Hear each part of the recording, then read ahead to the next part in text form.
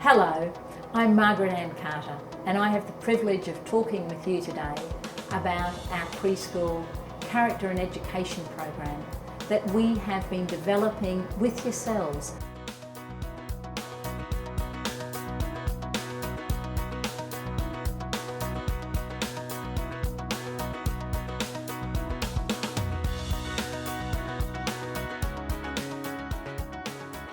With our values in education, we've taken an identical approach with our social conventions. We've worked with educators within the school to identify what are the priority social behaviours, what are non-negotiable behaviours in terms of how children are going to be with others and how they're going to be within themselves. And so our educators identified specific areas of social and emotional behaviour that they deemed relevant, appropriate, essential, and that were also reflective of the psychosocial development of children at this stage in their lifespan journey. The way children talk with one another, the kind words, the nice words, and the educators framed speaking to please. The way children listen, educators framed listening to learn. The way children move around the environment, that they gently move. The way children engage with one another, that they keep their hands to themselves, or gentle hands and gentle feet. And the way children communicate with one another inside and outside the classroom. And they've referred to this as gentle voices or calm voices. And what our educators agreed is that it's not essential that every preschool has an identical phrase, that every preschool has the phrase of speak to please.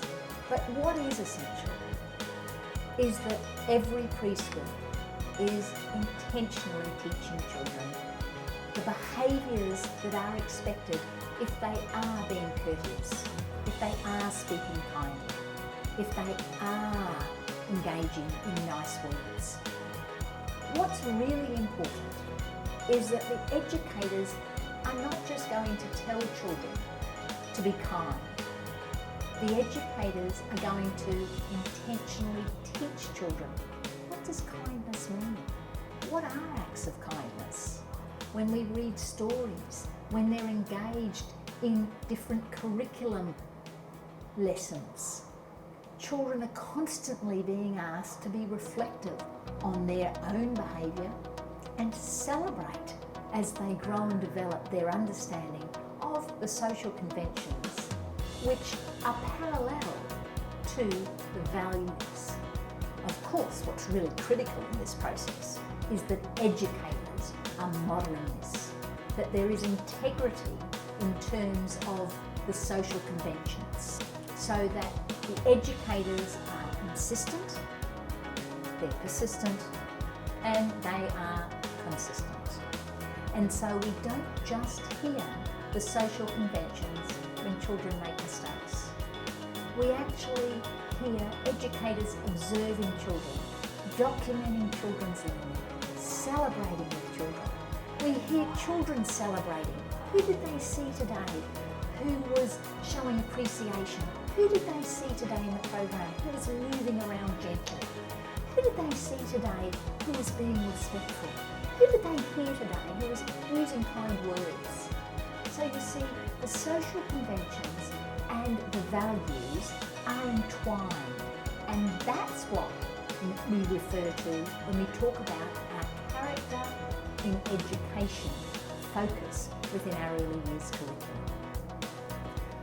We're conscious when we do engage in the character and education focus, we've looked strongly at the literature. We've been informed by research and the literature in the social emotional wellbeing arena. So we know that social emotional behaviour is not intuitive. We know that we need to be intentional. We know that the relationship between the child and the caregivers with one another, the children with one another, is pivotal. So we know that modelling demonstrating, practicing, explaining, describing, role-playing are all part of the equation of how children really do develop a true understanding of what these social conventions and what these values actually mean. We know that every child is going to have a number of strengths, and that there may be some children whose strengths might be in an academic area, but they struggle in the social emotional area. Alternatively, we may have children who are gifted. They're master learners in the social emotional area. They do behave according to the social conventions. They do behave according to the values. Occasionally, they may have a mistake, but most often of the time, they're actually engaging appropriately. But they struggle in the academic component of their learning. They might struggle in the physical motor component of their learning. So as educators, we take a holistic view of the child. We acknowledge their strengths, we celebrate their strengths, but we look through the lens of Vygotsky. We look at where the children are, what our mission, our vision, our values, our social conventions, our philosophy, our beliefs are, and we work with children at their pace, step by step by step, and celebrating milestones. So we work in partnership. Children really are set up for success when the educators are intentional and they are explicit, and they don't assume that children know this behaviour and they're being naughty because it's not happening. Children need to be master learners.